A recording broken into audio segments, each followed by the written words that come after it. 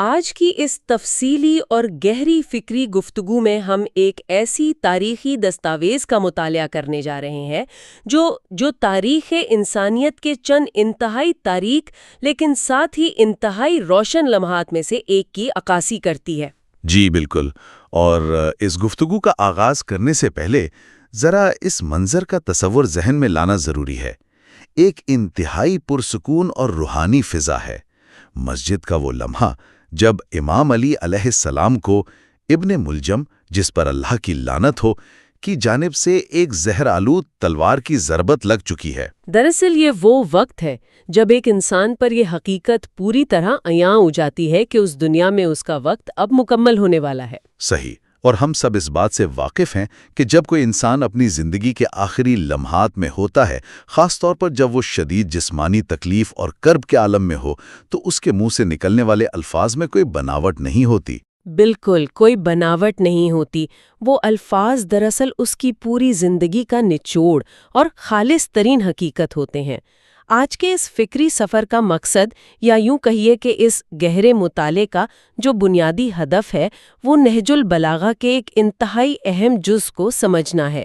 یعنی امام علی علیہ السلام کی اپنے بیٹوں امام حسن اور امام حسین علیہ السلام کے نام ان کی آخری وصیت، جسے نہج البلاغہ میں وصیت نمبر 47 کے طور پر محفوظ کیا گیا ہے۔ جی، لیکن اس دستاویز کی جو سب سے حیران کن بات مجھے لگتی ہے وہ اس کا دائرہ کار ہے۔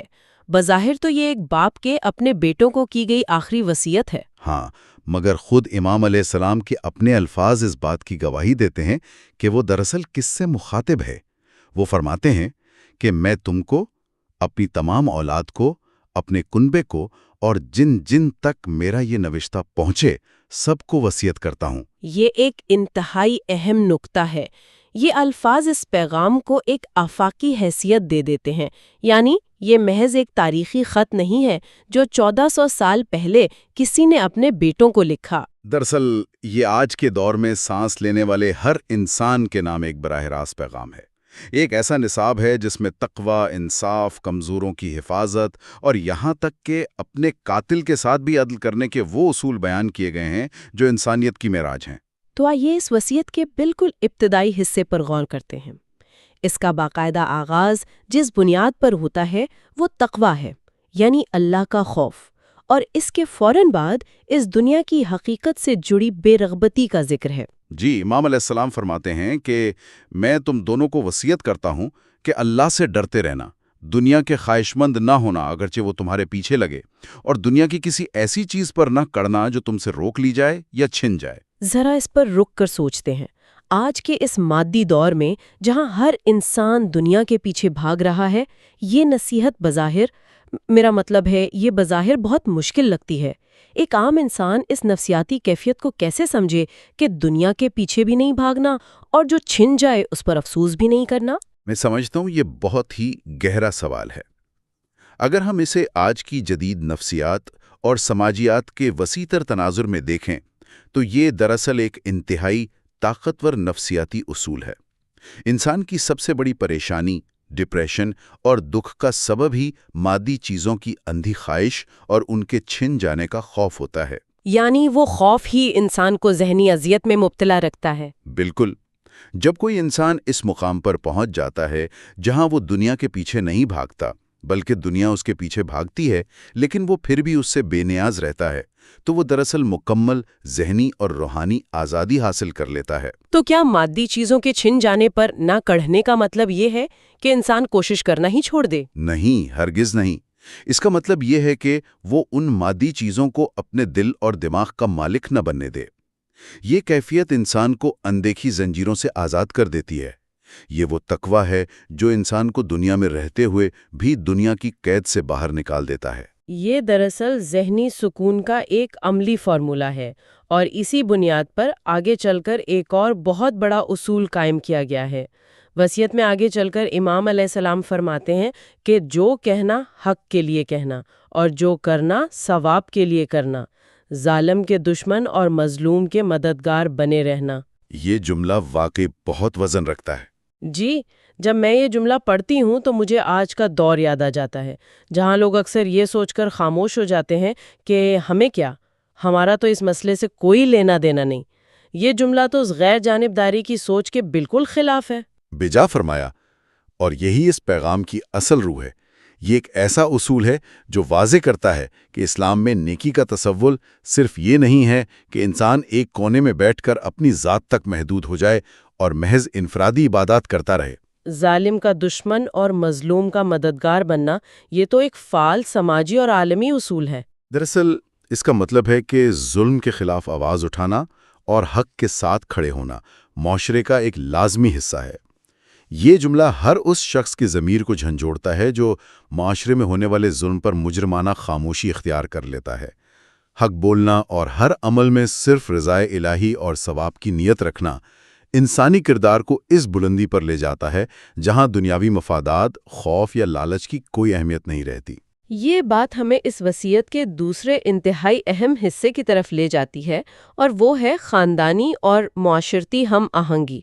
امام علیہ السلام فرماتے ہیں کہ اپنے معاملات درست اور آپس کے تعلقات سلجھائے رکھنا۔ اور پھر اس نصیحت کی تائید میں وہ رسول اللہ صلی اللہ علیہ وآلہ وسلم کا ایک قول نقل کرتے ہیں، جو یہ ہے کہ آپس کی کشیدگیوں کو مٹانا عام نماز روزے سے افضل ہے۔ یہاں ایک انتہائی اہم نقطہ سامنے آتا ہے۔ یہ بات سن کر ذہن واقعی ٹھٹک جاتا ہے۔ نماز اور روزہ، جو کہ دین کے بنیادی ارکان میں شامل ہیں، ان کے عام یا نفلی درجے سے زیادہ فضیلت رشتوں کو جوڑنے اور آپس کی کشیدگی ختم کرنے کو دی گئی ہے۔ اس کی کیا وجہ ہو سکتی ہے؟ اگر ہم اس کی گہرائی میں جائیں تو یہ اسلام کے معاشرتی تصور کی ایک بہت ہی شاندار عکاسی ہے۔ عبادت کا تصور عموماً ہمارے ذہنوں میں انفرادی ہوتا ہے کہ ایک انسان کا اپنے خالق کے ساتھ کیا تعلق ہے، لیکن یہاں یہ تصور دیا جا رہا ہے کہ انسانوں کا آپس میں تعلق، رشتوں کی بحالی اور نفرتوں کو مٹانا دراصل خالق کی قربت کا ایک بہت بڑا ذریعہ ہے۔ آپ ذرا سوچئے، اگر ایک معاشرے میں لوگ نفلی نمازیں تو پڑھ رہے ہیں، لیکن بھائی بھائی سے بات نہیں کر رہا، رشتہ دار ایک دوسرے کے خلاف سازشیں کر رہے ہیں، تو وہ معاشرہ کتنا کھوکھلا ہوگا؟ بالکل ایسا ہی ہے۔ نفلی عبادات انسان کی اپنی ذات کو فائدہ پہنچاتی ہیں، لیکن آپس کی کشیدگیوں کو مٹانا پورے معاشرے کو ٹوٹنے اور بکھرنے سے بچاتا ہے۔ یہ امت میں فساد سے بچنے کا سب سے بڑا اور مؤثر فارمولہ ہے۔ جب دلوں میں دوریاں ہوں تو معاشرہ اندر سے کمزور ہو جاتا ہے، اس لیے رشتوں کو جوڑنا ایک عظیم ترین عمل کا درجہ رکھتا ہے۔ جھگڑے، انا کے مسائل اور چھوٹی چھوٹی باتوں پر سالوں کی بول چال بند ہو جاتی ہے، یہ اصول ایک بہت بڑی روشنی ہے۔ اور اسی معاشرتی ذمہ داری کے تسلسل میں جب ہم وصیت کے اگلے حصے کی طرف بڑھتے ہیں تو وہاں ایک دل دہلا دینے والی تکرار ملتی ہے۔ جی، امام علیہ السلام بار بار اللہ اللہ کے الفاظ استعمال کر رہے ہیں، جس کا مطلب ہے اللہ سے ڈرتے رہنا یا اللہ کو یاد رکھنا۔ یہ الفاظ ایک انتہائی گہری تنبیہ کا احساس دلاتے ہیں۔ وہ فرماتے ہیں کہ یتیموں کے بارے میں اللہ سے ڈرتے رہنا، ان کے کام و دہن کے لیے فاقہ کی نوبت نہ آئے اور تمہاری موجودگی میں وہ تباہ و برباد نہ ہو جائیں۔ ذرا اس منظر کو دوبارہ یاد کیجئے۔ ایک انسان جسے مہلک ضرب لگی ہے، جو شدید جسمانی اذیت میں ہے، اس کے ذہن میں اس وقت بھی یتیموں کا خیال ہے۔ ہم اس کیفیت کو کیسے سمجھیں؟ دراصل یہ انسانی ہمدردی اور احساس ذمہ داری کی وہ معراج ہے جسے سمجھنا عام عقل کے لیے واقعی مشکل ہے۔ ایک ایسا رہنما جو خود بستر مرگ پر ہے، جس کے اپنے جسم پر ایک مہلک اور زہرآلود زخم ہے، اسے اس وقت اپنی تکلیف کی فکر نہیں ہے، بلکہ اسے معاشرے کے کمزور ترین طبقے کی فکر کھائی جا رہی ہے۔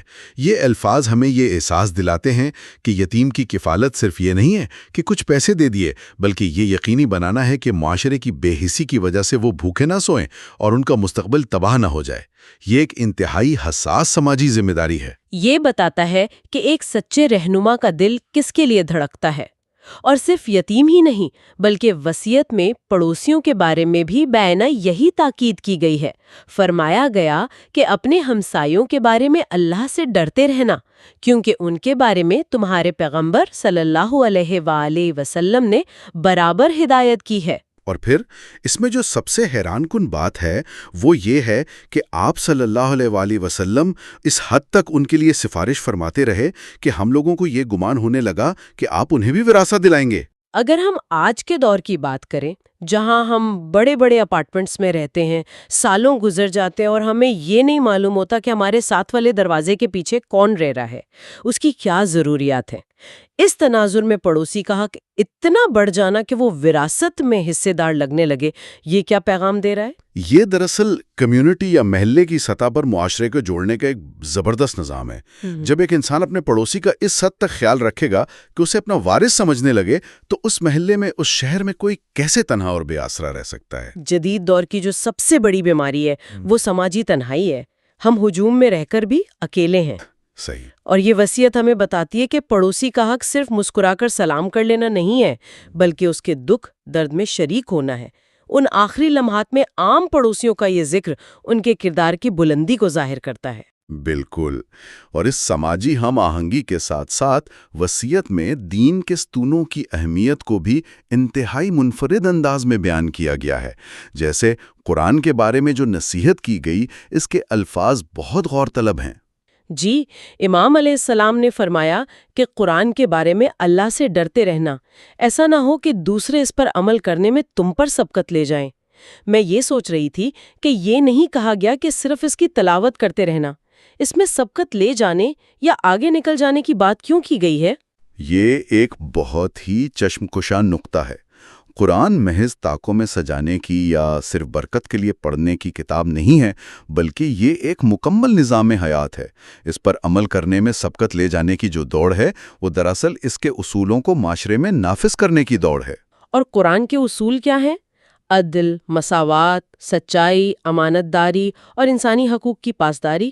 جی، یہ تنبیہ ہے کہ اگر صرف قرآن کو پڑھا گیا لیکن اس کے اصولوں کو زندگی میں نافذ نہ کیا گیا اور کوئی اور قوم ان اصولوں کو اپنا کر دنیا میں آگے نکل گئی تو صرف الفاظ کی تلاوت وہ مقام نہیں دلا سکے گی۔ یہ دین کی عملی روح کی طرف ایک بہت بڑا اشارہ ہے کہ علم تبھی فائدہ مند ہے جب وہ عمل میں ڈھل جائے۔ کیا کمال کی بات ہے۔ اور اسی طرح نماز کو دین کا ستون قرار دیا گیا اور پھر پروردگار کے گھر یعنی کعبہ کے حوالے سے تاکید کی گئی۔ فرمایا کہ اپنے پروردگار کے گھر کے بارے میں اللہ سے ڈرنا، اسے جیتے جی خالی نہ چھوڑنا، کیونکہ اگر یہ خالی چھوڑ دیا گیا تو پھر عذاب سے مہلت نہ پاؤ گے۔ کعبہ کو خالی نہ چھوڑنے سے مراد یہ ہے کہ کعبہ صرف ایک پتھر کی عمارت نہیں ہے، یہ مسلمانوں کی وحدت، ان کے عقیدے اور ان کی اجتماعیت کا مرکز ہے۔ اسے خالی نہ چھوڑنے کا مطلب اس مرکزیت اور وحدت کو قائم رکھنا ہے۔ جس دن یہ اجتماعیت ختم ہو گئی، وہ قوم بکھر جائے گی۔ اور اسی طرح اس کے فوراً بعد جہاد کا مفہوم جو بیان ہوا وہ بھی بہت جامع ہے۔ فرمایا گیا کہ جان، مال اور زبان سے راہ خدا میں جہاد کرنے کے بارے میں اللہ کو نہ بھولنا۔ عموماً جہاد کا نام سن کر ذہن میں صرف جنگ کا تصور آتا ہے، لیکن یہاں مال اور زبان سے جہاد کا ذکر ہے۔ دراصل مال سے سخاوت کرنا اور ضرورت مندوں کی مدد کرنا، اور زبان سے سچ بولنا، ظلم کے خلاف کلمہ حق بلند کرنا، یہ حق کے لیے ہر سطح پر جدوجہد کا نام ہے۔ اور اس جدوجہد کے ساتھ ہی آپس میں جڑے رہنے کی اہمیت پر ایک بار پھر زور دیا گیا۔ فرمایا تم کو لازم ہے کہ آپس میں میل ملاپ رکھنا اور ایک دوسرے کی اعانت کرنا، اور خبردار ایک دوسرے کی طرف سے پیٹھ پھیرنے اور تعلقات توڑنے سے پرہیز کرنا۔ ایسا لگتا ہے جیسے معاشرے کو بکھرنے سے بچانے کی یہ انتہائی سنجیدہ کوشش ہے۔ معاشرے میں برائی بہت تیزی سے پھیلتی ہے، اسی لیے اس کے فوراً بعد جو نصیحت کی گئی وہ امر بالمعروف اور نہی عن المنکر کے حوالے سے ہے کہ نیکی کا حکم دینے اور برائی سے منع کرنے سے کبھی ہاتھ نہ اٹھانا۔ اگر معاشرے کے اچھے لوگ خاموش ہو جائیں اور برائی کو روکنا چھوڑ دیں تو نتیجہ کیا نکلتا ہے؟ امام علیہ السلام نے واضح کر دیا کہ ورنہ بدکردار تم پر مسلط ہو جائیں گے، پھر دعا مانگو گے تو قبول نہیں ہوگی۔ یہ سماجی خاموشی کی بہت بڑی قیمت ہے جو کسی بھی قوم کو چکانی پڑتی ہے۔ یہ ایک لرزہ خیز انتباہ ہے۔ اب ہم اس وصیت کے اس حصے کی طرف آتے ہیں جو شاید انسانی تاریخ میں انصاف، عفو و گزر اور قانون کی بالادستی کی سب سے عظیم اور بے مثال نظیر ہے۔ ذرا تصور کیجئے، ایک شخص جو اپنے قاتل کی ضربت سے بستر مرگ پر ہے، وہ اپنے خاندان، خاص طور پر عبد المطلب کے بیٹوں سے مخاطب ہو کر ایک انتہائی غیر معمولی حکم دیتا ہے۔ ہم نے تاریخ میں دیکھا ہے کہ جب بھی کسی بڑے رہنما پر قاتلانہ حملہ ہوتا ہے تو ماننے والے انتقام میں اندھے ہو جاتے ہیں اور خون کی ندیاں بہہ جاتی ہیں۔ لیکن یہاں ایک ایسا سوال اٹھتا ہے جو سب کو سوچنے پر مجبور کر دے گا۔ امام علیہ السلام ان انتہائی مشتعل جذبات کو قابو کرتے ہوئے قانون اور عدل کا وہ راستہ دکھا رہے ہیں جس کی مثال ملنا مشکل ہے۔ بالکل، وہ واضح الفاظ میں فرماتے ہیں، اے عبد المطلب کے بیٹو، ایسا نہ ہونے پائے کہ تم امیر المومنین قتل ہو گئے کے نعرے لگاتے ہوئے مسلمانوں کے خون سے ہولی کھیلنا شروع کر دو۔ وہ سختی سے منع کر رہے ہیں کہ ان کے خون کے نام پر کوئی فساد برپا نہ کیا جائے، کسی بے گناہ کو نہ پکڑا جائے۔ اور پھر وہ جو حکم دیتے ہیں وہ عقل کو حیران کر دیتا ہے۔